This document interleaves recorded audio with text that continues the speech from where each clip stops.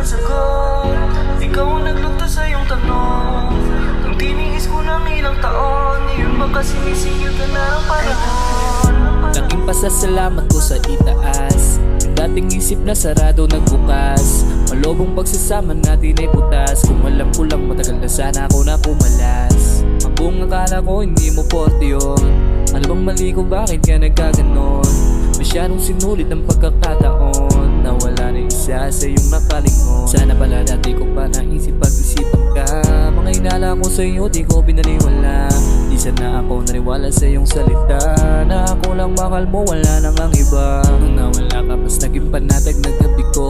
Mas luminaw na malabo ka nang mapagamot. Yung apoy ng kwento natin tuluyan nang ang naapo. Bumalik ka sa akin, sagot ko, din ako magpapauto. Pero kahit na sagad ang pagkabaon mo sa akin, ay hiling mo pa rin kalinisan mo.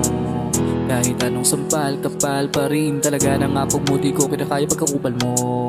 Sana kapag dumating naman ang panahon na sa'yo naman lahat ipaparanas yun. Saan ang gawin at gamitin na rason kung bakit bumabalik ka, walang yaan mo noon. Binagod mo ko't lahat, pinaon mo ko ng sagad. Ikaw nagbigay sakit sa sitwasyong hindi ko gusto. Kung bakit pumalas, nagsing ako't bumukas. Yung malay ko ngayon alam kung anong gagawin ko. Sana kahit papano binigyan mo ng lugar yung sarili mong respeto at matutunan lumugar. At ilakad kaya mong paikutin at gawing hangal. Malabing sikreto kung alam mong hindi nagtatagal. Pagka umaling ko sa'yo sa musika pinaling, kaysa makinig pa ulit sa bibig nun sobrang sinungaling. Kung tatanungin man ako sa kinapan tungkol dun sa atin, masasabi ko ng isa rin yung kamalian, di ko ding maamin. Hindi ko hayaang makulong pa ang damdamin sa katulad mong pahirap sa akin. Alam mong isa lang ang tanging hangarin, ang umaalat ng pasanin. Di ko sinasabi na ikaw lahat ang nagkamali, pero sana natutunan mo kung paano ba magbawi. Di gawa pa sana natin ayusin at patawarin muli. Pagsisi nga talaga ay laging nasa pusa uli. Nasayang yung binuong pag-ibig natin. Pagmamangalang tuluyan ang tinangay ng hangin. Kung hindi nga talaga ikaw ang para sa